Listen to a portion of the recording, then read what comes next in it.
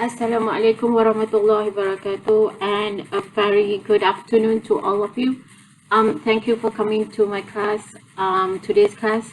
I'm sorry that I'm unable to do a physical class, but I hope today's class lesson is sufficient for this week, for today, just today, okay, hopefully. So as we have seen before and discussed about electrical networks, translational mechanical system, rotational mechanical system, and now we're going to focus on electromechanical system, which will be our last part in chapter 2. Okay, we're not going to discuss this one further. Okay, so all of the transfer function of this modeling, you have to know how to come up with it. Basically, you just refer to you have to know the transition between T domain and S domain, okay, and how to derive all of those, okay, and the elements in it. So moving forward in electromechanical system, okay, the electromechanical systems, it's a system that are hybrids of electrical and mechanical variables. The antenna azimuth position control system is one of the applications of an electromechanical system in chapter 1. Remember that we have discussed this one before in our introduction chapter. And then there's other applications for systems with electromechanical components, our robot controls, the sun and star trackers, and computer tape and disk drive position control. So all of these are the applications of electromechanical system.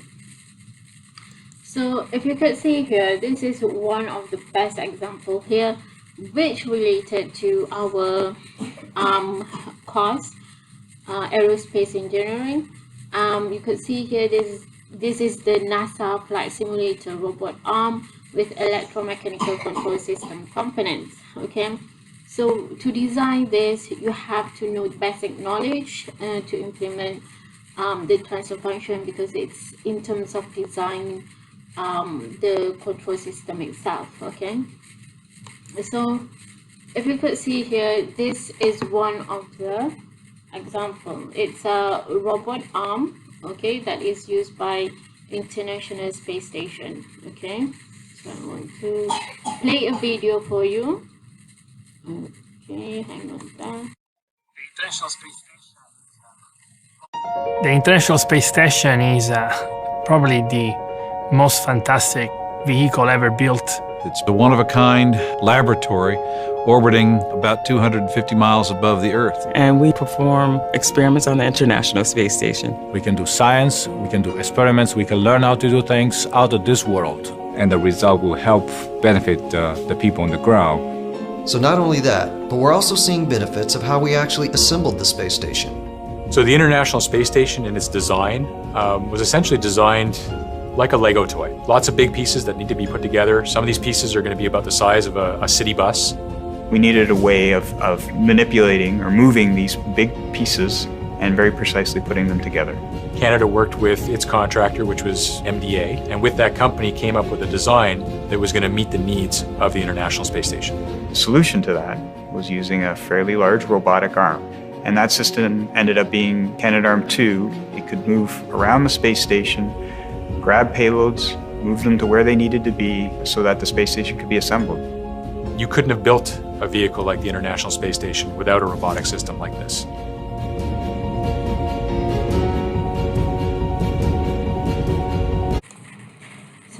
So as you could see here in this picture, this is an example of the electromechanical control system, whereby this one is a robot arm that is used in ISS, International Space Station.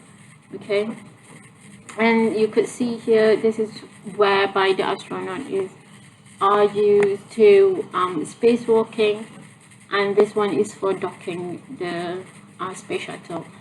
So those we can't possibly design without looking at the basics, okay, of the transfer function, how to derive the transfer function of the system.